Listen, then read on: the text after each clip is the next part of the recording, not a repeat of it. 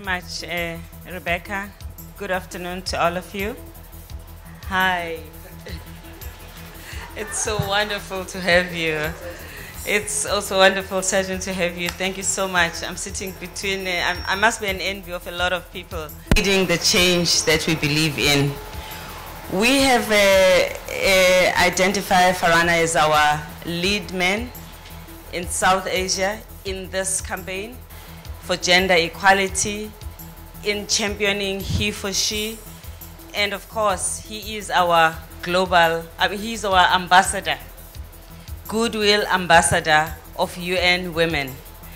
We see you as the person that can reach out just by the things that you do to young men, but also to young women, because your role model status is about changing society.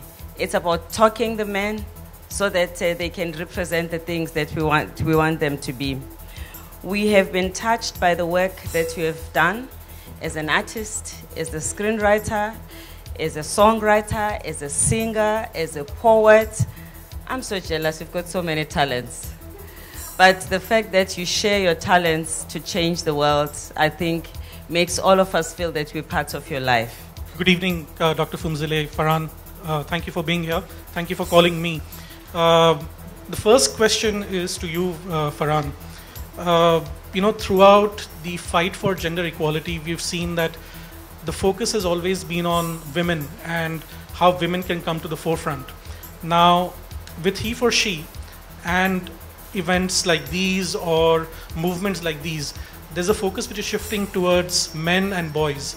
How will this shift affect the movement for gender equality? One. Two, if the patriarchal society in India is so deep-rooted, in India, for instance, is deep-rooted, how difficult is it to change that mindset? Well, good evening, everyone. Firstly, I just would like to say thank you to everyone at the UN, you in particular, for this wonderful honor today. It really has been something that I have been focusing on for the last 2.5 years. And I feel that this really broadens the horizon and encourages me further down this path. To answer your question, yeah, I mean, for a long time, people have thought of gender violence, gender equality as a female issue. But that really is not the case, because a lot of the prejudice, a lot of the violence against women comes from men. So if we start preventing rather than curing, I think we're going to end up with a society that's a lot more healthy, and with a lot less crime, a lot less discrimination that we'll have to deal with.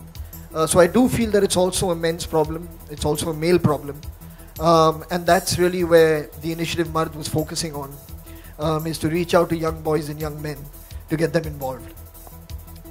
Sorry, what was this?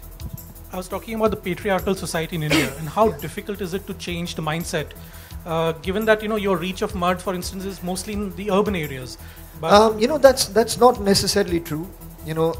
We've really been traveling around to many places. I mean, we have to, of course, meet. We have to find venues where we can meet with a lot of young people. That ends up being colleges more often than not. But it's not colleges only that are in metros. So we've done over 50 concerts now.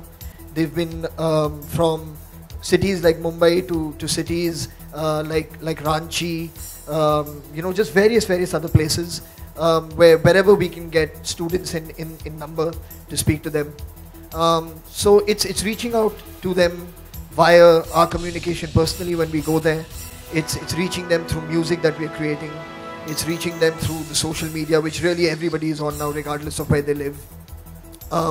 But yeah, patriarchy is something, it's a mindset that all of us have grown up with. But it's important that when we as a generation have realized that there is something wrong in thinking that way, or in further propagating that mindset, that we start making a change now. There may be some people who are too far gone and it may be difficult to change them.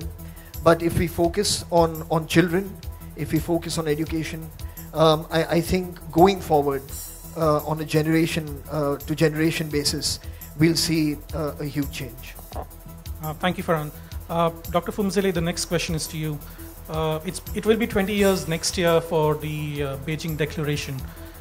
What are the next steps? You said that there have been, steps taken so far, but there's still a long way to go. What, in your assessment, are the next steps so that 2015 is not just another milestone, but something that is a call for action, something on the ground, something that can be concretely, shown in society? One of the most important steps that we want to take in post-2015 is to increase the reach, the number of people for whom this is an issue. Historically, this has been an issue that only women, or mostly women, were taking responsibility for. And we realize that women are trying to correct an injustice without talking to the people that are implicated. And what we are doing in the reach is making sure that one half of humanity works with the other half of humanity for the benefit of all of humanity. And we think that is going to be a very important step in post-2015. But also, we want to have time frames. Yes, the post-2015 agenda, the 20 years after Beijing, is a date in the calendar of the women's struggle, but the important date is where do we want to reach and when do we want to get there. 2030 is meant to be an important date when the world would have had 15 years of implementing the new goals that the world is going to agree on. What we want is from year one, we must have critical, achievable targets that we must deliver on, and we must deliver on as men and women and as young and old. For instance, in many countries, including India, there is legislation that discriminates against women and that impinges on women's economic activity. One of the concrete things, we want to work with countries and governments to get that legislation off the statutes. So a concrete thing that will create a new dynamic for women and hopefully also push for significant implementation. Second part of the question, Dr. Phumzile, was you've had Emma Watson as one of your Goodwill ambassadors. You've got Nicole Kidman, who's working with you in India. You've got Farhan Akhtar. How important are celebrities in reaching out to the masses, and how would you use technology, especially social media, now that Facebook and Twitter have completely transformed media engagement? How will the United Nations, how will UN Women work together with the celebrities as also with technology to reach out to the masses? Firstly, the people that we have as our ambassadors, we do a due diligence that they represent the value system that we are wanting to promote. So the first thing is that we provide young people, especially with role models. And we want those role models to speak to them. What the social media provides us is the medium for that discussion and that connection and that regular contact. The nice thing about the mass media, you make one message, it reaches a lot of people instantly and in real time. So a combination of having people that appeal to people because of the value system, because of their talent, means that we've got a wonderful, wonderful piece of something precious that we can put in front of humanity. But through them, we take the message that sometimes people like us who are bureaucrats or politicians or traditional leaders are unable to do. But once you put the people that give the pleasure through entertainment to young people, to society, to older people, they want to listen to the message. And if the message is about a value system that we're trying to promote, we then give ourselves an opportunity to take the message even further. Farhan, when you go for your concerts and when you do all sorts of events to promote better and more engagement of men and boys in the gender equality movement, how do you go about choosing the right people to promote that message? I mean, I'm sure there are a lot of people who approach you, or you approach a lot of people, but there must be some kind of filtering going on, some kind of, what are the value systems that you look for to promote that message? Yeah, I do agree that there has to be a certain degree of some diligence that you need to have before you have people representing your message. Similarly, when we spoke to Mard ambassadors, there was Shan, there was Sachin Tendulkar, there was Yuvraj Singh, for me, they are people again who represent. Firstly, they connect with the youth on a very, very major level. They also are very non-controversial people. They're people who are they're family people. I've seen them with their daughters, like for Sachin in particular. I've seen them with women when they're out and about, and there is a certain degree of just ease and in terms of equal treatment that they resonate in their being. So for me, it was very, you're absolutely right, it was important to pick the right people and to speak to the right people to represent Mard. Beyond that, we are doing artistic collaborations. So there's one song which was called Chule Asman, which was just out. And that again is with artists who are coming to us more than us going to them, and saying we want to be part of this. We feel the same way as you. If there's any way we can contribute, and that's what we're hoping to do, is create more creative content. So be it music, be it art, be it short films. That's really a direction that I would like to move with Mard, and of course for the UN Heap program. Well, it's just that this is a campaign, so we've chosen a particular focus areas, because otherwise if we try to do everything in one campaign, we will lose the message. But in our work, we will address all kinds of forms of injustices, whether they come from men to women, women to women, women to men, men to men, all of it. In the end, it's about a world in which everybody is fair to each other. But in this particular campaign, we're highlighting a particular aspect which is predominant and has deadly consequences.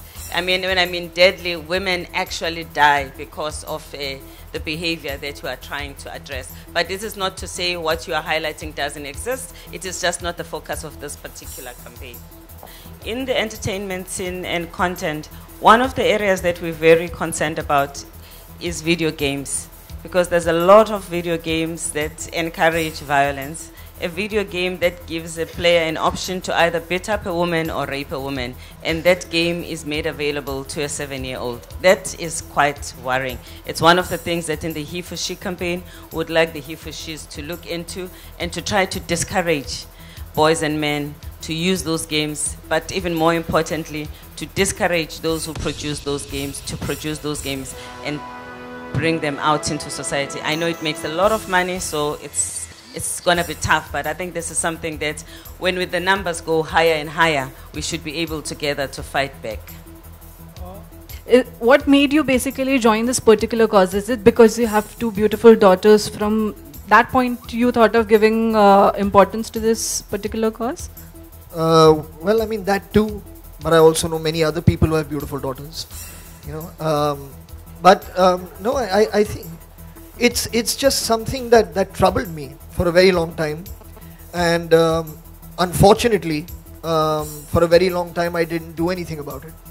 I would just talk to people, in my living room or in their living rooms, and kind of vent this anger and frustration that I was feeling about what was happening, but never took any concrete steps towards actively giving time and energy into trying to figure out what it is or how I can be involved. And it came to a point where I really felt that if I didn't do something, it would start really affecting me, which is why it was important that I did. Thank you. You've spoken about parameters that you try to give boys and men about what a man should really be like, in terms of a role model. Can you just elaborate a little more on that? Because one thing you mentioned is telling them about, how everyone should consider everyone equal. But besides that, what other parameters do you give them? Well, if you want, we've written a basic, like kind of a message about these parameters, which is down in the form of a poem for Mard. So if you want, I could just recite that for you. It probably just covers everything within it. So this was, it's written by my father, the poem, so I'll just say that before I recite it. जिसकी आँखों में है जगमगाती हुई जैसे गहरी शराफत की एक रोशनी, जिसके अंदाज में एक तहजीब है, जिसके लहजे में नरमी है, शब्दों में तमीज़ है, जिसके दिल में भी और जिसकी बातों में भी औरत के वास्ते पूरी इज्जत भी है, पूरा आदर भी है, जिसको औरत के तनमन का जीवन का सम्मान है, औरत के आत्मसम्मान का जिसको हर एक पल ध्यान है, जो कभी एक पल भी नहीं भूलता, औरत इंसान है। जिसको अपनी भी पहचान है, जिसमें हिम्मत भी है, जिसमें शक्ति भी है, जिसमें गौरव है, आत्मविश्वास है, जो अगर साथ है, जो अगर पास है, उसके होने से औरत को अपनी सुरक्षा का एहसास है।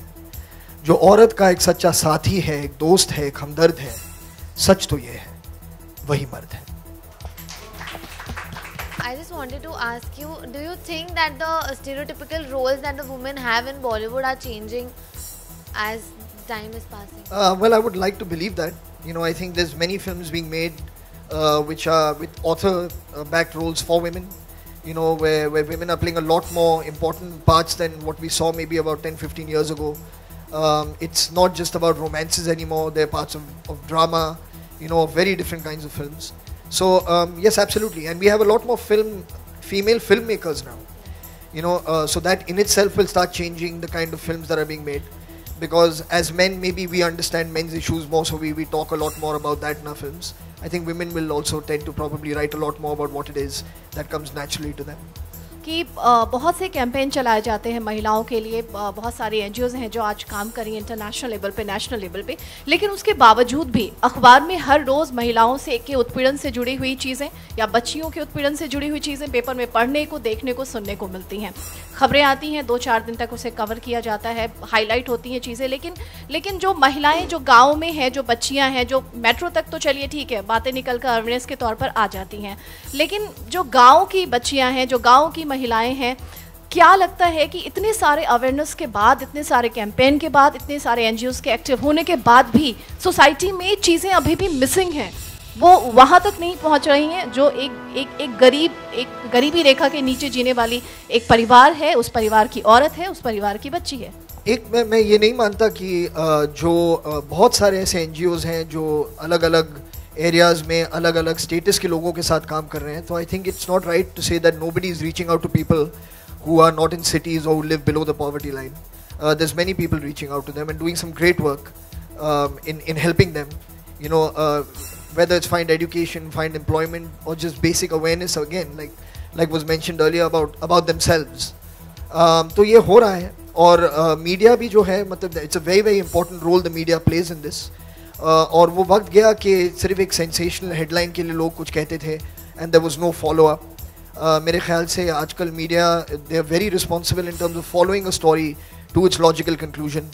You know, they have been responsible truly for making sure that many cases are filed, many FIRs are filed. You know, they really are doing a wonderful job, and I think we should thank them instead of saying that they don't do enough. I think they're doing a lot, and they're reaching out to various people across this country of various social, financial stratas and helping them. And I mean, I guess all we can do is keep the volume up on these problems and just try and again just keep raising awareness and getting people to start getting involved and change the way they think. Thank you, Farhan. We are sorry we have completely run out of time. Thank you, Farhan, very much for coming here.